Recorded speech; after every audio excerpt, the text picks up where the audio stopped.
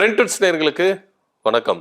தமிழகத்தின் முன்னாள் முதல்வர் ஓபிஎஸ் அவர்கள் பாத்தீங்கன்னா அவசரமா ஒரு ஆலோசனை கூட்டத்தை கூட்டியே ஆகணும் அப்படின்ற ஒரு ரேஞ்சில் எல்லா தொண்டர்களுக்கும் அழைப்பு விடுத்திருக்காரு. அதாவது அதிமுக ஒருமை மீட்பு குழு மாவட்ட செயலாளர்கள், மாநில பொறுப்பாளர்கள், இரண்டாம் கட்ட தலைவர்கள் எல்லாரும் என்ன பண்ணுங்க, அசம்பிள் ஆகுங்கப்பா, திடீர்னு ஒரு ஆலோசனை மீட்டிங்க நம்ம கூட்டியே ஆகணும் அப்படின்னு சொல்லிட்டு ஒரு அறிவிப்பு விட்டுருக்காரு.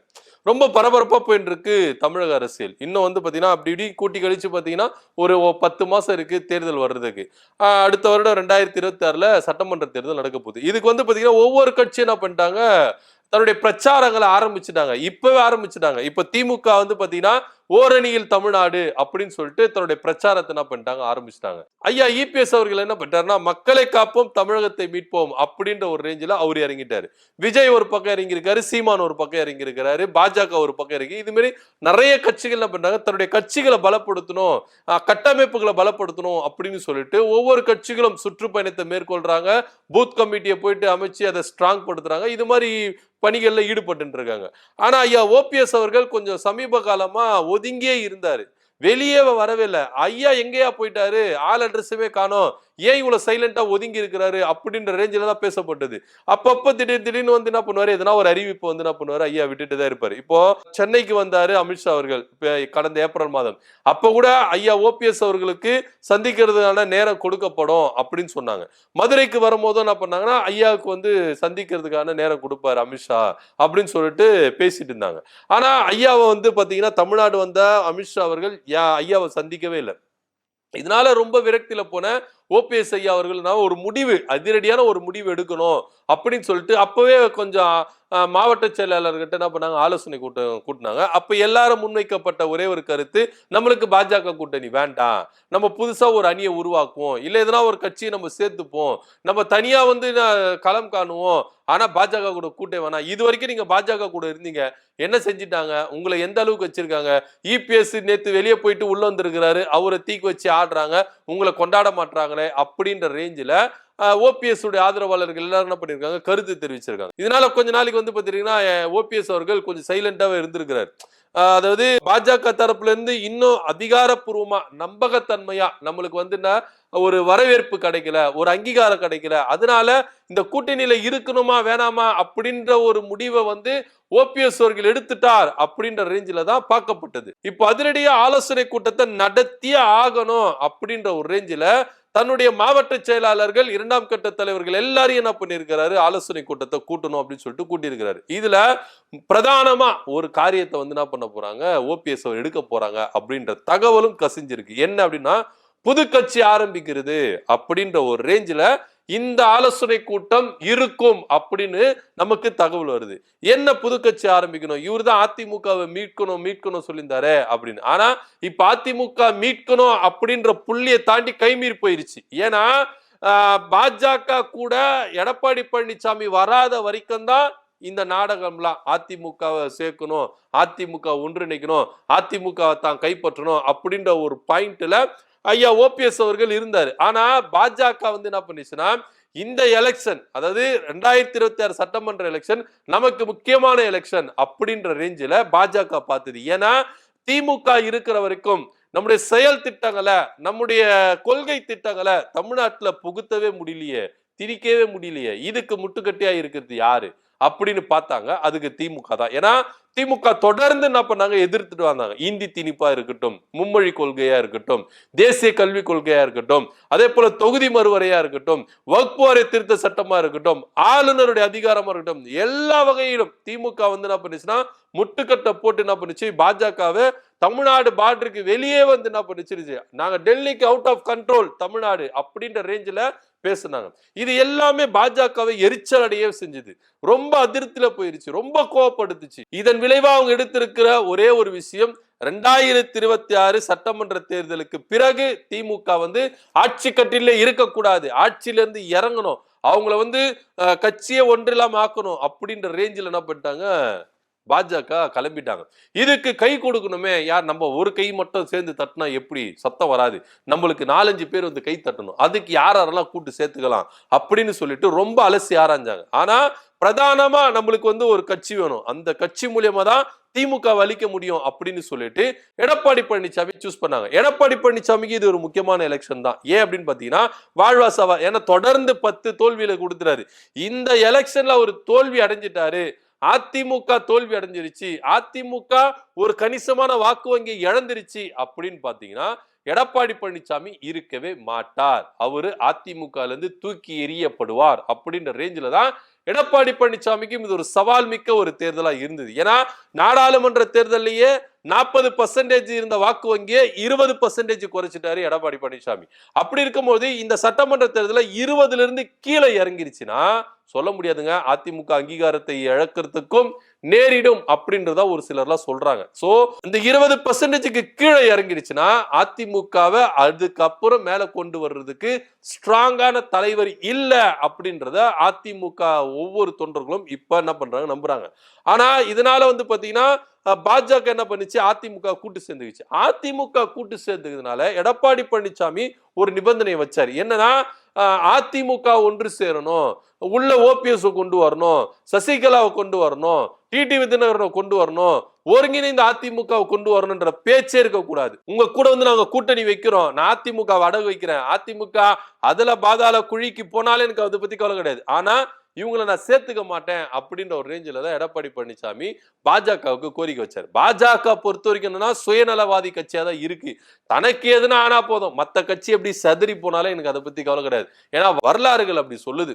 சோ அந்த எண்ணத்துல நீங்க ஓகே சொல்லுங்க சார், மத்ததெல்லாம் நாங்க பாத்துக்கிறோம் அப்படின்ற ரேஞ்சில தான் பாஜக ஒத்துக்கிடுச்சு. சோ அதனால பாஜக என்ன நினைச்சுன்னா நம்ம கூட்டணி சேர்ந்தா போதும், ஆட்சியை திமுகவை வீட்டுக்கு அனுப்புனா போதும், அதுக்கப்புறம் நம்ம பாத்துக்கலாம், அதுக்கப்புறம் நம்முடைய இவங்களுடைய குடும்பியெல்லாம் நம்ம கிட்ட இருக்கு, அதுக்கப்புறம் நம்ம பாத்துக்கலாம் அப்படின்னு சொல்லிட்டு பாஜக என்ன பண்ணிச்சு, எடப்பாடி பழனிசாமி சொன்னதுக்கு எல்லாமே தலையாட்டி வச்சிருக்கு. ஆனா தலையாட்டி வச்சிருக்கு.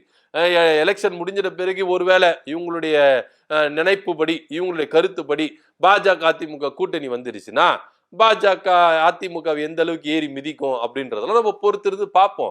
சோ அப்படி இருக்கும்பொழுது இப்போ பாஜக என்ன பண்ணிச்சு, சொல்லிச்சு. இதன் விளைவாகவே ஓபிஎஸ் அவர்களை சட்டம் பண்ணவே இல்லை, டிடிவி தினகரனை சட்டம் பண்ணவே இல்லை, ஒதுக்கியே வச்சிருக்கிறாங்க பாஜக. இதனால ரொம்ப விரக்தியில போயிட்டாரு. என்னங்க கட்சியில ஒன்றிணைன்னு சொன்னீங்க என்னங்க அப்படின்னு கேட்கும் போது, எங்க அது உள்கட்சி விவகாரம், நாங்க அதெல்லாம் தலையிட முடியாது அப்படின்னு சொல்லிட்டு பாஜக கை விரிச்சிச்சு. என்னங்க நாங்க உங்களை மலை போல நம்பி இருந்தோம், நீங்க தான் எல்லாம் செய்யறேன்னு சொன்னீங்க, இப்போ கை விரிச்சிட்டீங்களே அப்படின்னு சொல்லிட்டு ஓபிஎஸ் அவர்களுக்கு டாட்டா காமிச்சிச்சு பாஜக. இப்போ ஓபிஎஸ் என்ன நினைக்கிறாரு அப்படின்னு பாத்தீங்கன்னா, நீங்க எனக்கே செக் வைக்கிறீங்களா, உனக்கு நாங்க செக் வைக்கிறோம் அப்படின்னு சொல்லிதான் இப்போ புதுசா ஒரு கட்சி ஆரம்பிக்க போறாரு. ஒருவேளை ஓபிஎஸ் அவர்கள் புதுசா கட்சி ஆரம்பிச்சு ரிஜிஸ்டர் பண்ணிட்டா அதிமுக கூடாரம் காலியாகும்.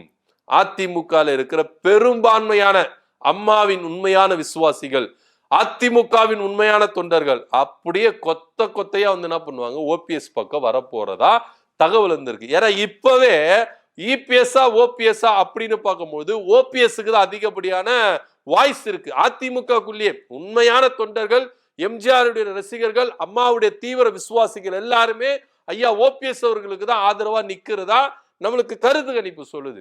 ஏன்னா ஒவ்வொருத்தரும் ரெஸ்பான்ஸ் கொடுப்பாங்களா, ஒரு தலைவர் வராருன்னா ரெஸ்பான்ஸ் தானா சேர்ற கூட்டம் ஒண்ணு, காசு கொடுத்து சேர்ற கூட்டம் ஒண்ணு. இப்ப இபிஎஸ் சுற்றுப்பயணம் போறாருன்னா எல்லா இடத்துல காசு கொடுத்து தான் என்ன பண்றாங்க, கூட்டுறாங்க. ஆனா இதுவே ஓபிஎஸ் அவர்கள் போனார்னா தானா சேர்ற கூட்டமா தான் இருக்குது. அப்படிதான் தமிழ்நாட்டில் அதிமுக இருக்கிற உண்மையான தொண்டர்கள், நிர்வாகிகள் எல்லாருமே ஓபிஎஸ் பக்கம் இருக்கிறாங்க. அப்படி இருக்கும் பொழுது இப்ப புதுசா கட்சி ஆரம்பிக்க போறதா தகவல் வந்திருக்கு. இந்த கட்சி ஆரம்பிச்சு ஐயா அவர்கள் ரிஜிஸ்டர் பண்ணிட்டா அதிமுக கூடாரம் காலியாகும்.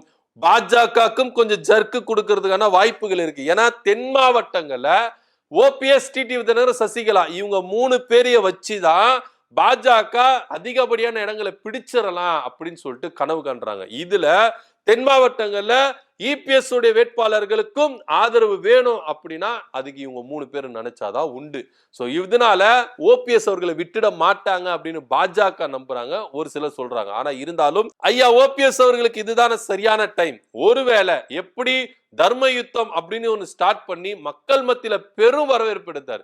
அதிமுக நிர்வாகிகள், முன்னாள் எம்எல்ஏக்கள் எல்லாரும் ஓபிஎஸ் பக்கம் நின்னாங்க. ஆனா சில பல சறுக்கல்னால ஓபிஎஸ் அவர்கள் என்ன பண்ணாரு, விட்டு எல்லாரும் வெளியே வந்தாங்க. ஆனா இப்போ திரும்பவும் எடுத்த முடிவுல அவர் உறுதியா இருந்தார்னா இன்னைக்கும் அவர் வந்து பாத்தீங்கன்னா அதிமுகவை அவர் கைப்பற்றுறதுக்கான வாய்ப்புகள் அதிகமா இருக்குது அப்படின்னு சொல்றாங்க. ஏன்னா அதிமுகவை கைப்பற்றணும்னா ஒரு பேரையோ லற்றுப்படையோ கொடியையோ பறிக்கிறது இல்லை.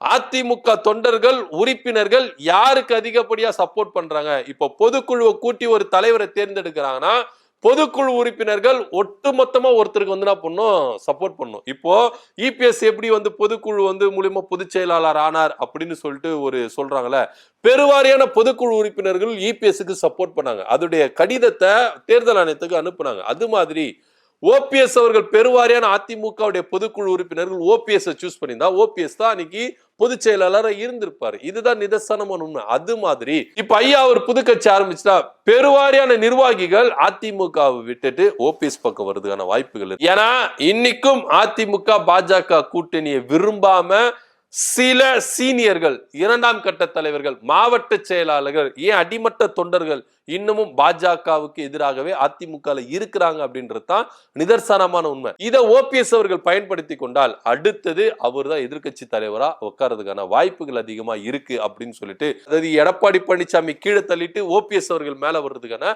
அதிகப்படியான வாய்ப்புகள் இருக்குது அப்படின்னு சொல்றாங்க. ஐயா என்ன பண்ண போகிறார் அப்படின்றதா ஒரு குழப்பமான சூழல். ஏன்னா ஐயாவை நம்பி இறங்கும்போது திடீர்னு பாஜகவுக்கு சப்போர்ட் பண்ணிடுவாரு. அது நம்ம வந்து நிறைய தேர்தலில் வந்து நம்ம பார்த்துருக்கோம், நிறைய சம்பவங்கள் நடந்திருக்கு. அதனால ஓபிஎஸ் ஐயா அவர்களையும் நம்பி போக முடியாது அப்படின்ற ஒரு கருத்து ஓபிஎஸ் ஆதரவாளர்கள் மத்தியில இருக்குது. இதன் மத்தியில பண்டுட்டி ராமச்சந்திரன் இந்த ஆலோசனை கூட்டத்தில் என்ன சொல்றாரு அப்படின்னு பாத்தீங்கன்னா, நாங்க யாரு பின்னாடியே போறது இல்லை, எதுக்கு நாங்க போனோம், யார் பின்னாடி போய் நாங்க என்னத்தை சாதிச்சோம், இத்தனை நாள் இவ்வளவு எதிர்பார்த்தோம், யாருன்னா செஞ்சீங்களா, யாருமே செய்யல, இதுக்கப்புறம் யாரு பின்னாடி போகணும்னு எங்களுக்கு அவசியம் இல்லை, போகவும் மாட்டோம். செப்டம்பர் 4ஆம் தேதி ஒரு மிகப்பெரிய மாநாடு ஓபிஎஸ் தலைமையில நாங்க நடத்த போறோம். இந்த மாநாடு நாங்க யாரு அப்படிங்கிறத தீர்மானிக்கும். ஓபிஎஸ் என்னங்க சுற்றுப்பயணம், இபிஎஸ் என்னங்க சுற்றுப்பயணம் போறாரு, இவங்க என்ன மாநாடு நடத்துறது, நாங்க நடத்துறோம் பாருங்க மாநாடு. இந்த மாநாடை பார்த்து ஓபிஎஸ், இந்த மாநாடை பார்த்து இபிஎஸ், அமித்ஷா, பாஜக எல்லாருமே வந்து என்ன பண்ணணும், பயப்படணும். அந்த அளவுக்கு எங்க மாநாடு இருக்கும். இந்த மாநாடு ஒரு தீர்மானிக்கும் சார், ஓபிஎஸ்க்கு எந்த அளவுக்கு ரெஸ்பான்ஸ் இருக்கு மக்கள் மத்தியில. நாங்க வந்து காசை கூட்டி ஆளை சேர்க்க மாட்டோம், தானா சேர்ற கூட்டம் எப்படி இருக்குன்னு பாருங்க. எடப்பாடி பழனிசாமி சுற்றுப்பயணம் போறாருல, எவ்வளவு காசுகளை கொடுத்து எவ்வளவு ஏமாத்து வேலை பார்க்கறாங்கன்னு சொல்லிட்டு மக்கள் புலம்புறாங்க. அது எல்லாத்தையும் ஊடகங்கள் வந்து என்ன பண்ணுது, காட்ட மாட்டேங்குது. ஒவ்வொருத்தரும் வந்து குமுறாங்க, சார் எங்களை இப்படி ஏமாத்தி போயிட்டாங்க, இவ்வளவு காசு தரேன்னாங்க, சாப்பாடு தர்றாங்க, ஆனா எங்களை எல்லாரையும் வந்து என்ன பண்றாங்க, கண்டுக்க மாட்டேங்கிறாங்க. கூப்பிடும் போது இப்படி கூப்பிடுறாங்க, ஆனா கூட்டம் முடிஞ்சிட்ட பிறகு எங்களை கண்டுக்கவே மாட்டேங்கிறாங்க சொல்லிட்டு ஒவ்வொரு பொதுமக்களும் வந்து புலம்புறாங்க, கூட்டத்துக்கு போன மக்கள் புலம்புறாங்க அப்படின்ற வீடியோக்கள் சமூக வலைதளங்கள்ல பரவிதான் இருக்குது. ஆனா பண்டுட்டி ராமச்சந்திரன் அவர்கள் சொல்றது வந்து உண்மையிலேயே வந்து யோசிக்க வேண்டியதுதான். யாரு பின்னாடி சார் நீங்க போகணும், யாரு பின்னாடியே போகணும், ஓபிஎஸ்க்குன்னு ஒரு ஆதரவாளர்கள் இருக்கிறாங்க, ஓபிஎஸ்க்குன்னு ஒரு மாசு இருக்குல்ல, அத ஓபிஎஸ் அவர்கள் இந்த டைம்ல பயன்படுத்திப்பாரா அப்படின்னு ஒரு ஏக்கம் தான் அதிமுகல ஓபிஎஸ் ஆதரவுகள் மத்தியில இருக்குது அப்படின்றது நிதர்சனம் உண்மை. இப்போ ஐயா அவர்கள் ஓபிஎஸ் அவர்கள் என்ன பண்ண போகிறார், எல்லாரும் எதிர்பார்த்துட்டு இருக்காங்க. அனௌன்ஸ்மெண்ட் பண்ணிட்டார்ல, செப்டம்பர் 4ஆம் தேதி ஒரு மாநாடு நடத்த போறேன்னு. இதுக்கான வேலைகள், துரிதமான வேலைகள் நடக்கப்படும். சொல்ல முடியாது சார், அப்ப கூட அவங்க கட்சியை ஆரம்பிக்கலாம், அவருடைய கட்சியை வந்து என்ன பண்ணலாம், பிரகடனப்படுத்தலாம் அப்படின்னு சொல்லிட்டு கூட எதிர்பார்க்கறாங்க. அந்த மாநாட்டில் வச்சு தன்னுடைய புதிய கட்சி பெயரை அவர் அனௌன்ஸ்மெண்ட் பண்றதுக்கான வாய்ப்புகள் அதிகமா இருக்கு அப்படின்னு சொல்லிட்டு கூட தகவல் இருக்கு. ஆனா இருந்தாலும் ஓபிஎஸ் தரப்புல இருந்து சொன்ன ஒரு இந்த வார்த்தை ரொம்ப கவனிக்க வேண்டிய விஷயமா இருக்குது. பாஜகவுக்கு ஒரு பதிலடி கொடுக்கிற விதமா, பாஜகவை திரும்பி பார்க்கிற விதமா, எங்களுக்கு பாஜக வேண்டாம், யார வேண்டாம், தனித்து நாங்க நிக்கிறோம் அப்படின்ற ரேஞ்சில அது சொல்ற விதமா ஓபிஎஸ் உடைய அறிவிப்பு இருக்குது. என்ன நடக்குது அப்படின்னு பார்க்கலாம். யாரு பின்னாடி நாங்க போக மாட்டோம், எங்களுக்கு போகணும்னு அவசியம் கிடையாது அப்படின்னு சொல்றாங்க. செப்டம்பர் 4ஆம் தேதி மாநாடு நடத்த போறோம் அப்படின்னு சொல்றாங்க. இது எதை நோக்கி கொண்டு போக போது, ஐயா அவர்கள் எப்படி அதிரடியான ஒரு முடிவுகளை எடுத்திருக்கிறாரு, இன்னும் அதிரடியான முடிவுகள் எடுக்க போகிறோம் அப்படின்னு சொல்லிட்டு அங்கிருந்து ஆலோசனை கூட்டம் வர தகவல் சொல்லுது. பொறுத்திருந்து பார்க்கலாம் என்ன நடக்குதுன்னு சொல்லிட்டு. யாரு பின்னாடி நாங்க போக மாட்டோம், போக வேண்டிய அவசியம் எங்களுக்கு இல்லை அப்படின்னு சொல்லி இருக்கிறாரு. அதே போல செப்டம்பர் 4ஆம் தேதி ஒரு பெரிய மாநாடு நாங்க நடத்தி எங்களுடைய ஸ்ட்ரென்த்தை காமிக்க போறோம், எங்களுடைய பவரை காமிக்க போறோம்னு சொல்லிட்டு ஓபிஎஸ் அவர்கள் சொல்லியிருக்கிறாரு. இதை பத்தியோட கருத்து என்ன அப்படின்றது கீழே கமெண்ட் பண்ணுங்க. நன்றி, வணக்கம்.